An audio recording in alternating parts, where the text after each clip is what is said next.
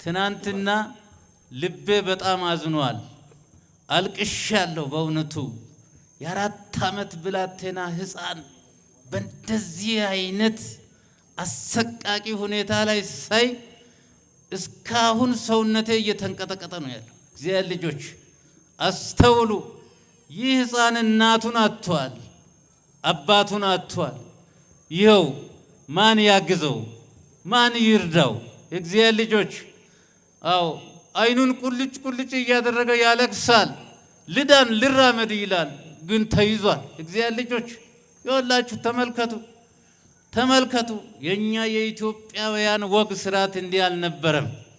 እጅ እኮ የተሰጠን ቀደን እንድናለብስ የፈረሰውን የተበታተነውን እንድንሰበስብ ነው። ቀደን እንድናለብስ ነው። ቆርሰን እንድናጎርስ ነው። ቀርተን እንድናጠጣ ነው።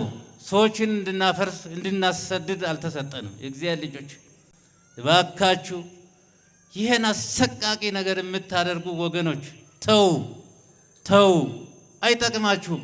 ወገናችሁን አፍርሳችሁ ምን ታገኛላችሁ? ኢትዮጵያውያን ይሄን ድምጽ የምትሰሙ ለወገኖቻችሁ ድረሱ፣ አልቅሱ፣ እዘኑ። አው መላ እንያዝ፣ እንጸልይ፣ የተጣላንም እንታረቅ። አው እግዚአብሔር ምሕረቱን ካልሰጠ፣ እግዚአብሔር በረከቱን ካልሰጠ፣ እግዚአብሔር በመግቦቱ ካልጎበኘ እኛ ምን ልናደርግ እንችላለን? እና በዚህ አይነት ችግር ያሉ ወገኖቻችን ኢትዮጵያውያን ብዙዎች አሉ። አዎ የእግዚአብሔር ልጆች ይህን ድምጽ የምትሰሙ በውጭም በሀገር ውስጥም ያላችሁ ትላልቅ አብያተ ክርስቲያናትን በገንዘባችሁ በእውቀታችሁ ትገነባላችሁ።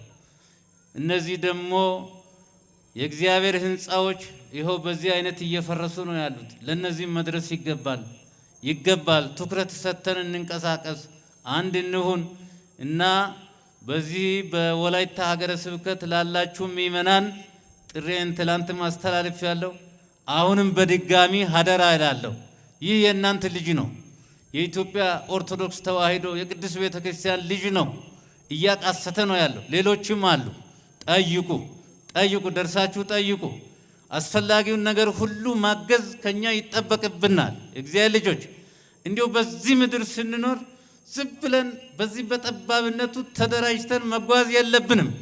በዚህ አይነት እየተደራጀን ከመላእክት አንድነት እንዳንወጣ